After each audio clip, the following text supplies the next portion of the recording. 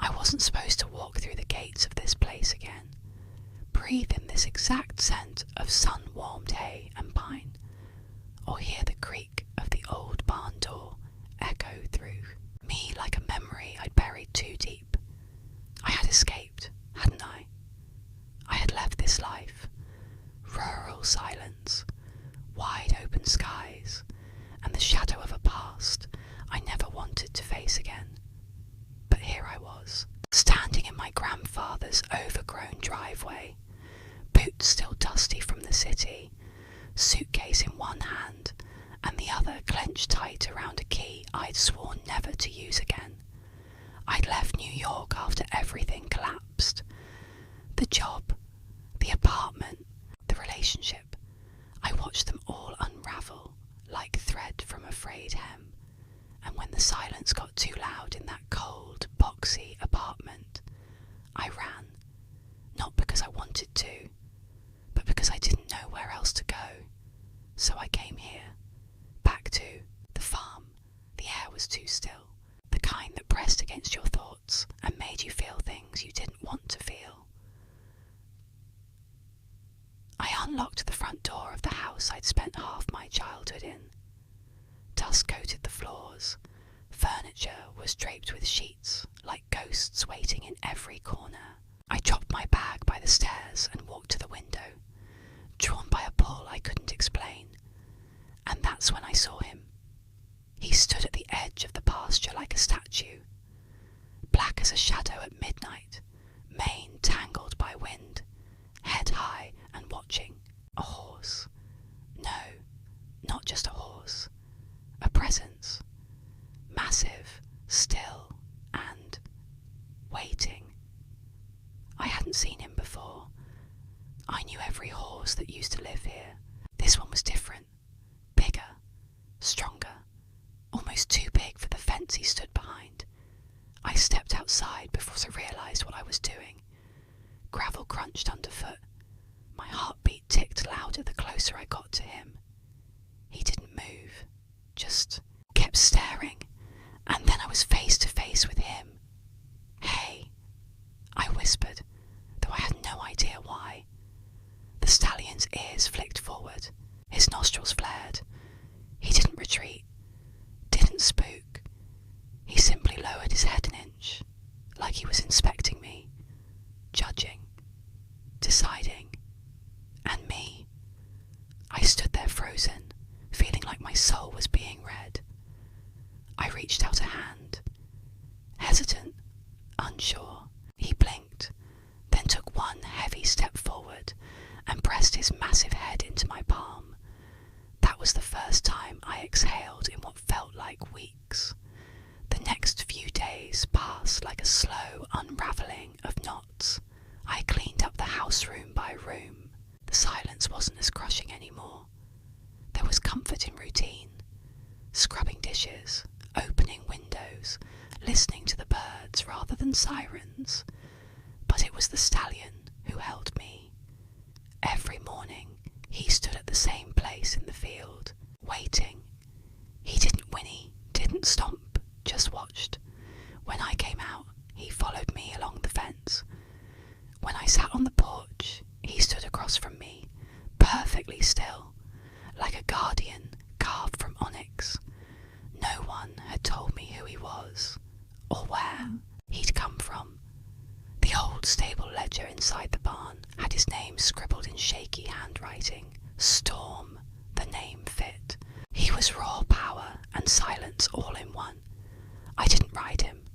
I didn't dare. There was something unspoken between us, an agreement of space.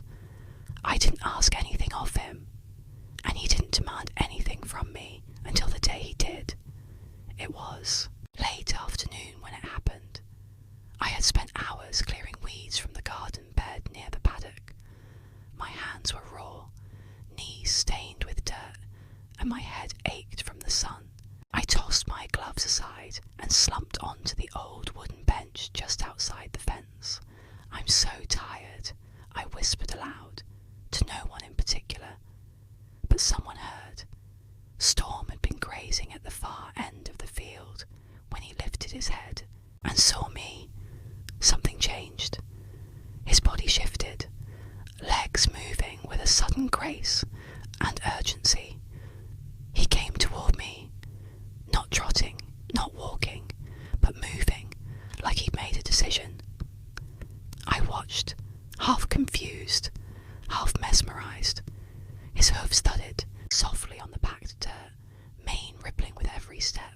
He stopped inches from the fence, eyes locked with mine. "I know," I said, without knowing what I meant, and then I sat down fully, exhausted, letting my shoulders fall. Storm's ears twitched.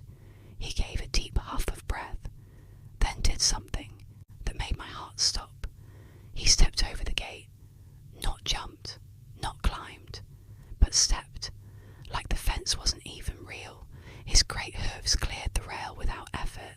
He walked straight to me, his breath hot against my face, and before I could move, he climbed on me, not violently, not with force. He just placed himself over me, his chest against my knees, his head draped across my shoulder like he was leaning in for warmth. His weight didn't hurt. It grounded me. His body curved around me, not trapping me, but holding me, like a mountain that had decided to rest beside me. And I broke all the walls I'd built in the city, all the smiles I'd faked, the relationships I'd forced, and the tears I'd swallowed. They cracked, splintered, and spilled out all at once. I cried into his mane like a child. Storm didn't move, didn't flinch.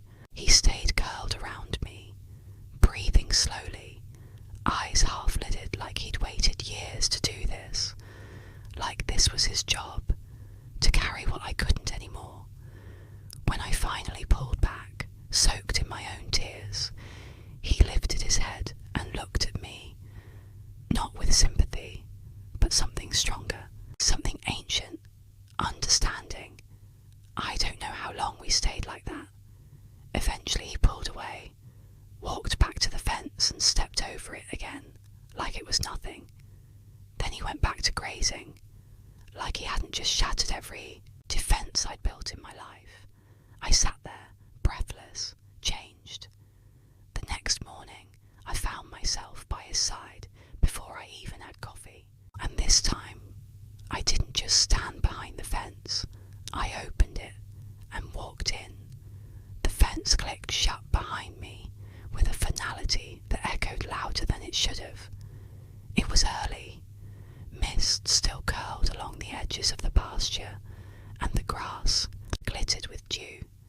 My boots sank slightly into the soft earth as I took a step forward, unsure of myself in this new territory. Not just the physical space of the field, but this other place, this emotional place I hadn't allowed myself to enter for years. Storm stood a few yards away, his head low as he grazed slowly. His ears twitched when I entered. He didn't look up, didn't bolt or turn away. He just kept chewing, calm and steady, as if he'd been expecting me. I had never stepped into his space before. The unspoken rules between us had always been clear. I stay behind the line. He watches over it, but something had shifted yesterday. No, I had shifted, and Storm had felt it. I walked slowly. I didn't call to him, didn't try to force closeness. That wasn't how Storm worked. Everything with him was on his terms, and strangely, I respected them more than I ever had with most people. When I reached his side, he flicked his tail once and raised his head. His dark eyes met mine. I expected a test, a step backward, a challenge of trust, but instead he exhaled deeply, stepped forward, and bumped his forehead softly into my chest. It almost knocked the wind out of me, not from force, but from feeling. He was letting me in. "Morning," I whispered,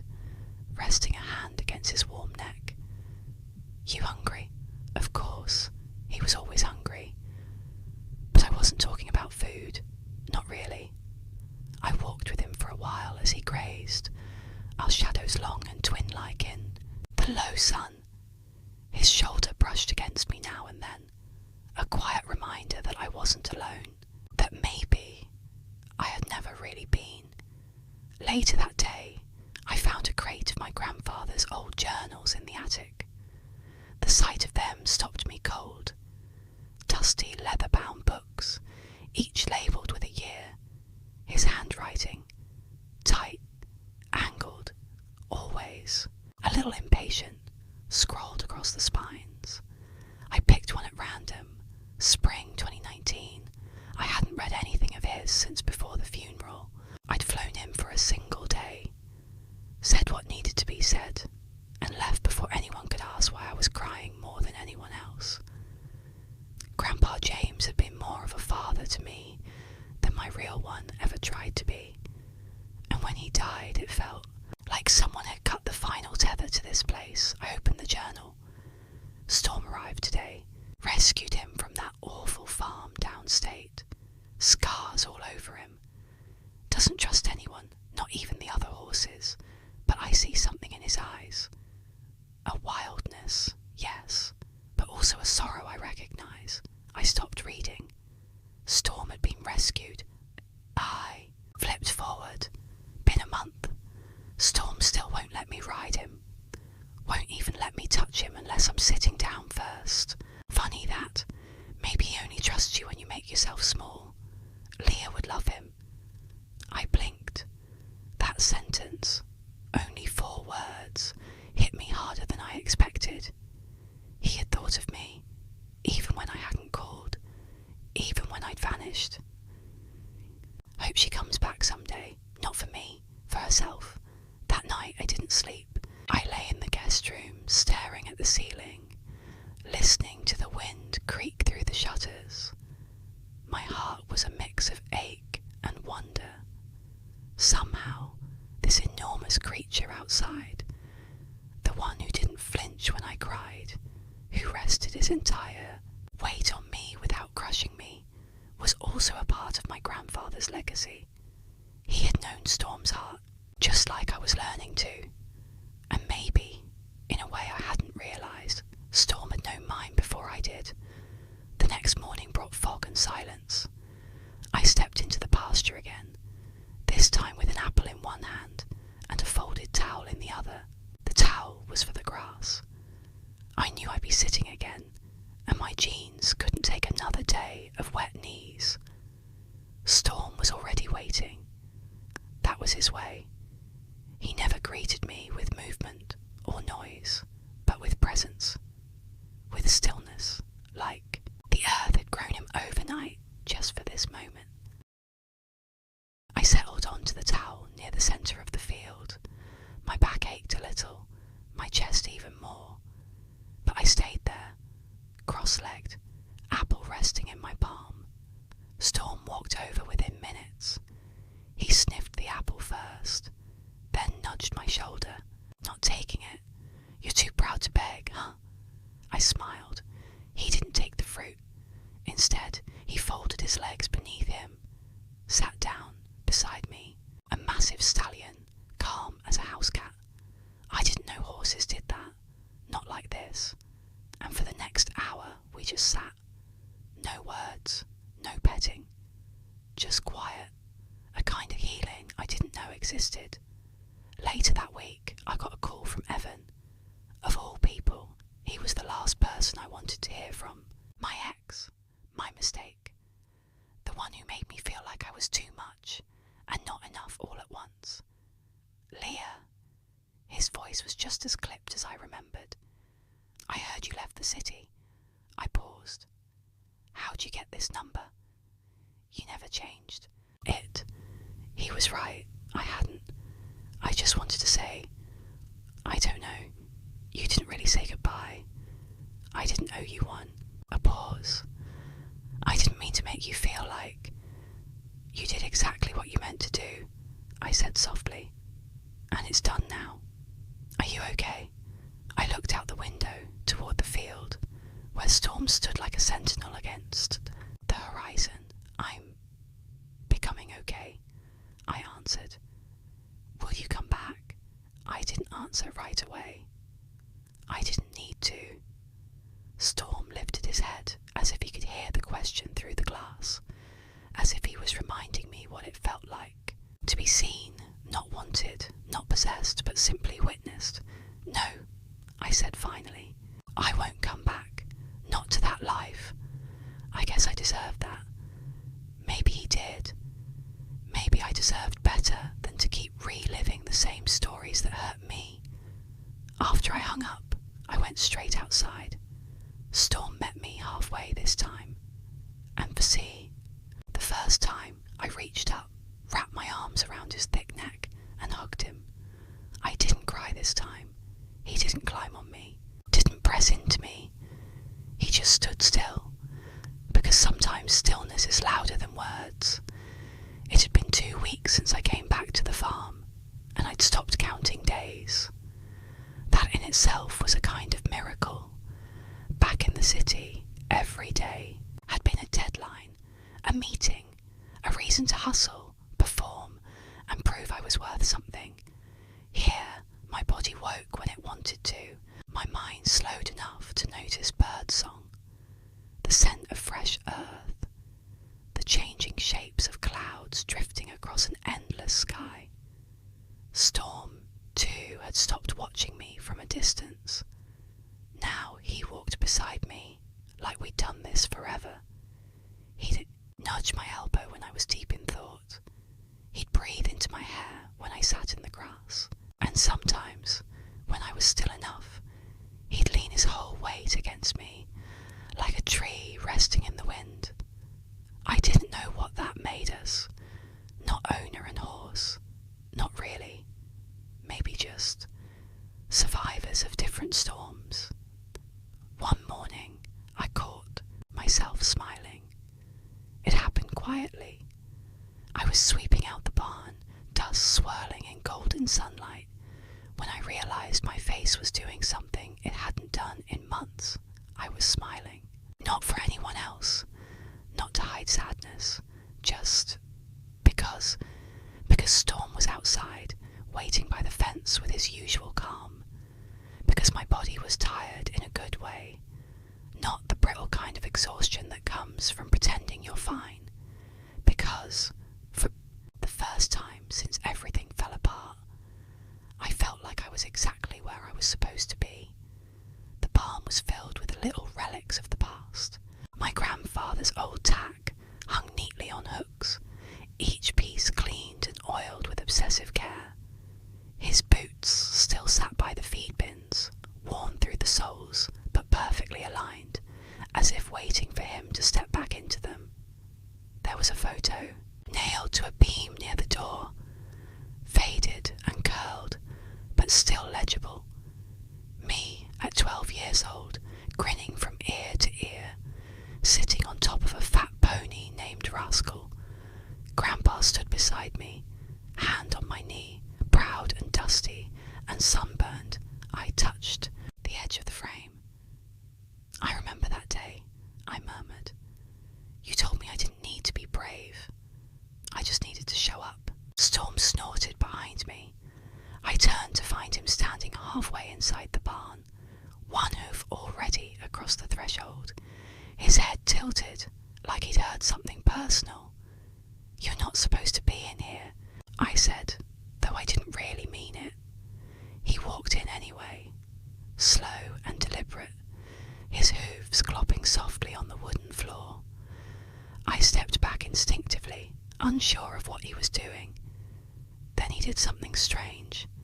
He stopped in front of the photograph, sniffed it once, then lowered his head and stood completely still, like he understood, like he was remembering something too.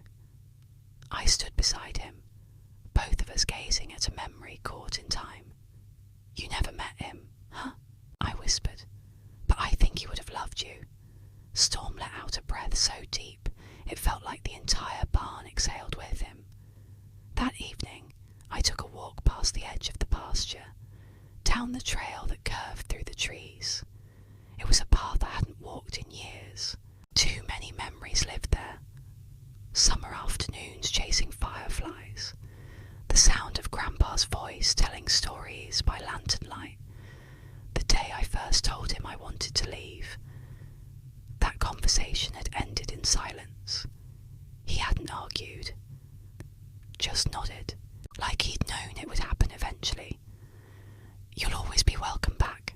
he said, and I'd taken that for granted, like he'd always be here to say it again.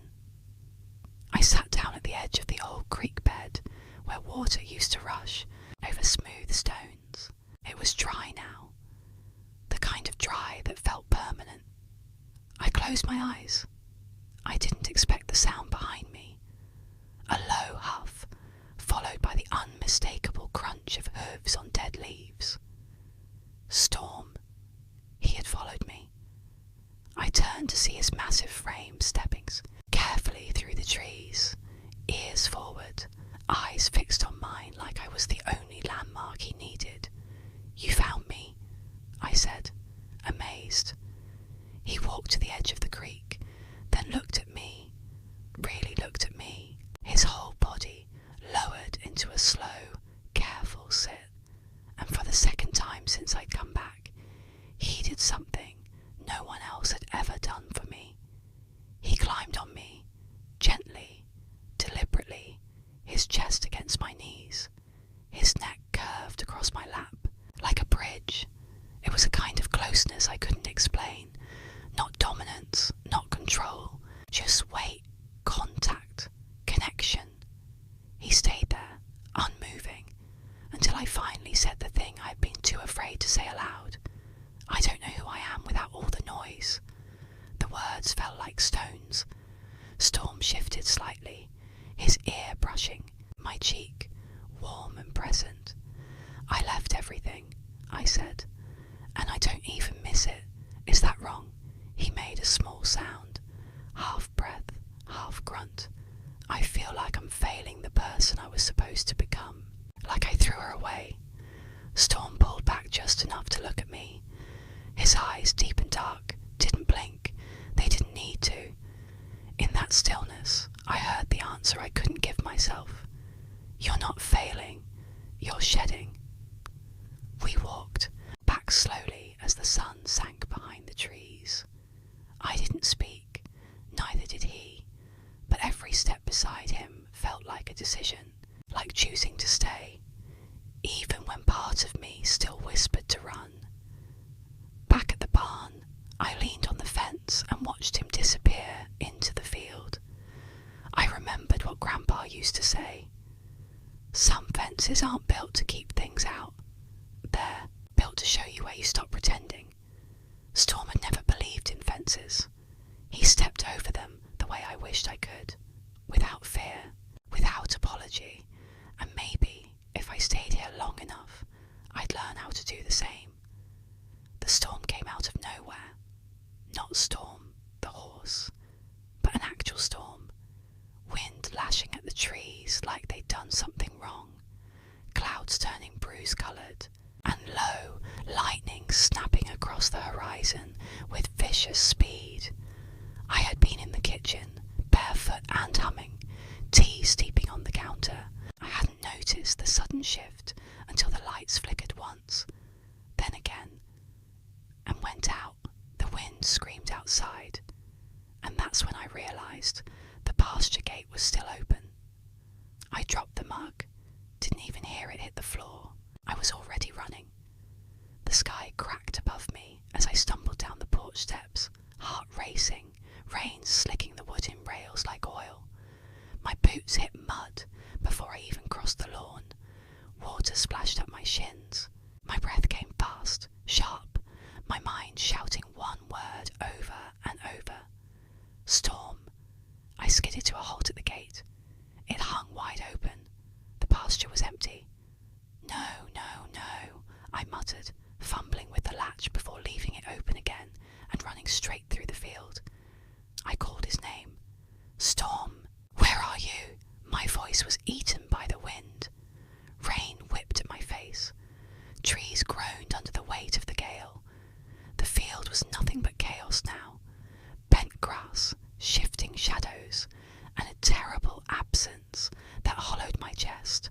I turned toward the woods, toward the path we had walked just days ago, and my legs carried me without thought. Branches clawed at my arms. The old trail had vanished beneath fallen limbs and water. Still, I pushed through. I kept calling, screaming,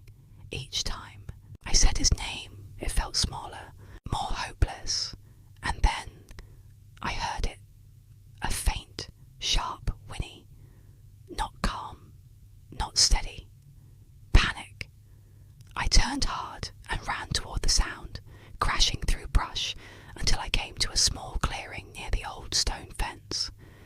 There he was.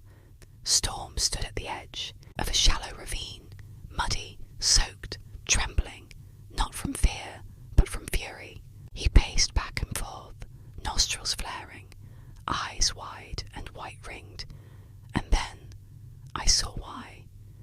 Beyond the ridge, at the bottom of the drop, lay another horse, a chestnut mare, limp, bleeding from her flank. My heart twisted. She must have broken through from the neighbour's property. The storm had spooked her. Maybe she'd fallen. And Storm, he'd followed her, stayed with her, guarded her, like he always did. "Storm!" I called out, breathless. He turned, ears pinned back, and let out a sound I'd never heard from him before. Wild, guttural, protective. "Don't come closer." I froze. "I'm not here to hurt her," I whispered, hands raised. The deceased mare let out a weak sound. Her flank heaved with effort, her eyes rolling. She was trying to get up, but the slope was too steep, the ground too slick. Storm stood halfway between us, ears twitching. He was torn. Between her and me, between loyalty and instinct. "I need to help her," I said, stepping forward slowly. He huffed, pawed the ground. "I know you don't trust anyone. I know you think it's your job to protect everyone else, but you're not alone this time. I'm here, Storm." Lightning cracked across the sky. Storm didn't move, so I did. I slid down the side of the ravine on my knees, ignoring the mud that soaked into my jeans and jacket. I reached the mare, gently placing a hand on her neck. Her skin twitched, but didn't flinch away. Storm stayed above, watching. "Hey, girl," I murmured, running my hand slowly along her side. "It's okay. We've got you." I didn't know how I'd get her out, but I knew one thing. I wasn't leaving either of it, them behind. It took over an hour. I found an old lead rope tangled in a tree and tied it into a makeshift halter. With soft words and gentle pressure, I guided the mare, inch by inch, back up the slope. She slipped twice, almost fell, but Storm stood above her, snorting, calling to her, refusing to let her give up, and she didn't. When we finally reached the top, my legs gave out. I collapsed onto my knees, soaked, shaking, exhausted. Storm walked over, lowered his head, and nuzzled my shoulder, firm and steady. "Thanks for trusting me," I whispered. We got the mare into the empty stable stall. I dried her off with towels, cleaned her wounds with iodine, gave her water and grain. I didn't know her name, but I called her Luna. She had the softest eyes. Storm never left her side. He stood outside the stall the entire night, head lowered, eyes never straying, just like he'd done with me. The next morning, I found a note on my porch. It was from my neighbour, an older woman named Ruth. She'd been searching for Luna since the night before. The fence between our lands had broken during the windstorm. She wrote, "You saved her. Thank you. I didn't know anyone could get through to Storm like James did, but you did." She underlined it. "You did." That day, everything changed. Storm let me brush him for the first time. Really brush him. Not just a quick stroke down his neck, but his full body. He stood calmly, eyes half closed, while I worked my way down his back, through his thick tail, and along his legs. It felt like some invisible gate had opened between us, like we'd both been tested and passed. Later that afternoon, I sat on the fence, staring out at the field, legs dangling. Storm stood a few feet away, grazing beside Luna, who now walked with a slight limp but seemed stronger. I sighed. I didn't know what to do with this version of my life. to explain to anyone what I'd experienced. The city was built on logic, productivity, efficiency, but this was wild, this was wordless, this was real, and as I sat there, lost in that strange new truth, I felt a familiar nudge behind me. Storm. I turned just as he pressed forward, and this time, he didn't just rest his head on me, he climbed on me again. One leg lifted, chest draped across my lap as I steadied myself on the rail. The same weight, the same trust, the same message. I choose you. Only this time. He stayed longer, and I didn't cry, because I already knew. The fence had never been meant to keep him in. It had been meant to teach me what it meant to let someone in. Some stories end with a goodbye. Others begin with one. I didn't know which this was yet, but I could feel something shifting, something final, stirring under the skin of the days like thunder just beyond the hills. It started with a letter, a real one, ink on paper, postmarked from New York. I found it in the mailbox on a Thursday morning, tucked between flyers for chain, saws and feed. The handwriting on the envelope was tight and cold. I recognised it immediately. Evan, the man I'd once tried to build a life around, the man who had never truly seen me, only the version of me that fit neatly into his high-rised world. My hands didn't tremble as I opened it. Leah, I heard from a colleague that you've been staying out on the farm. Look, I've been thinking about you, about us. I've made some changes. I know I wasn't who I should have been before, but maybe we could talk. I'm flying out next week. I'd like to see you.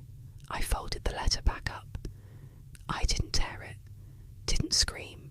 I just held it there, limp in my fingers, like it was some piece of a life I'd already buried. Then I looked out the window. Storm wasn't at the fence. That was unusual. For the last month, he'd been there every morning, watching, waiting, sometimes alone, sometimes with Luna, but always present, reliable. Today, nothing. A slow unease tightened in my chest. I searched the entire pasture, then the barn, then the woods. No storm, only hoofprints, softened by morning dew, trailing through the brush. My throat dried. My body moved on instinct. I followed the trail, heart pounding louder with every step. The prints were clear, direct, heading toward us, the far west side of the property, where the land sloped steeply toward the old ravine. And then they vanished, completely, like he'd disappeared into the trees. I stopped at the edge of the clearing and turned in circles, my pulse frantic. Storm, I called. No answer. Storm, please. Silence. And then, like a slap against silence, I heard a crash, a deep, heavy thud. I ran. He was caught, down a steep drop, tangled in a deadfall of broken limbs and wet soil. Storm lay half collapsed near a fallen oak. One of his hind legs was twisted unnaturally beneath him, and his chest rose in ragged, shallow movements. I slid down the bank without thinking, scraping my palms on bark and rock. No, no, no, no, I gasped, falling to my knees beside him. Hissy. Eyes fluttered open at the sound of my voice. But this time he didn't try to rise, didn't move. He just blinked, slow and dazed. Okay, it's okay, Storm. I'm here. My hands flew to his side, checking for blood, for breaks, for anything. I could understand. I found the cause. The leg was wedged between two large roots, the joint swelling rapidly. Not broken. At least I didn't think so. But impossible to free alone. I'm going to get help, I whispered. Storm's ears flicked. I will come back. He didn't believe me. I could see it in the way way his eyes drifted shut in the heavy breath that left him like surrender. "Don't you dare give up on me now," I said, voice shaking. "Not after everything." But he didn't move. Back at the house, I called Ruth. She came immediately, with a trailer, 2 farm hands, and a local vet she knew personally. We rode out fast. I led them through the woods, heart hammering against my ribs like it was trying to escape. I couldn't lose him. I wouldn't. Storm had climbed into my life with quiet weight and constant presence. He'd held space for my sadness, carried pieces of me I hadn't even known were broken. He was the first soul who never asked me to be different, who just stood beside me without judgment. He couldn't vanish now.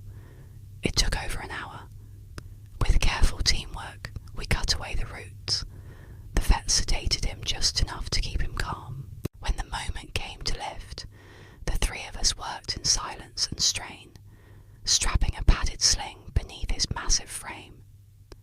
Storm didn't fight. That was the most terrifying part. He just lay there, quiet, too quiet. When we finally hoisted him into the trailer, I climbed in after him and sat near his head, stroking his cheek while Ruth drove. "You're okay," I whispered. "You're going to be okay." I wasn't sure who I was trying to convince. Storm spent 2 days at Ruth's clinic. The vet said it was a sprain, bad but not permanent. He'd be on stall rest for weeks, no movement, no weight bearing, but he would walk again, run again. Just not today. I visited every morning and evening. I didn't bring carrots or apples, just my voice, my breath, my stillness. Sometimes I sat beside him on a stool. Sometimes I leaned against the wall watching the rise and fall of his ribs. On the 3rd day, he pressed his head against my lap again, not with his full body, not climbing, just resting. It was enough. The letter from Evan remained on the kitchen counter. I never answered it. When his number lit up my phone screen the following week, I let it ring until it died. I didn't need to hear his voice to know what he'd say. He wanted the old Leah, the one who smiled politely and wore heels and took notes in meetings. But I wasn't her anymore. I was the Leah who sat in pastures and listened to wind, who could feel tension in a horse's breath, who had stayed when things got hard. I was the Leah who didn't need to be climbed on to know she mattered, but let it happen anyway, because sometimes love doesn't ask permission. Sometimes it just shows up, and sometimes you sit down and someone chooses you.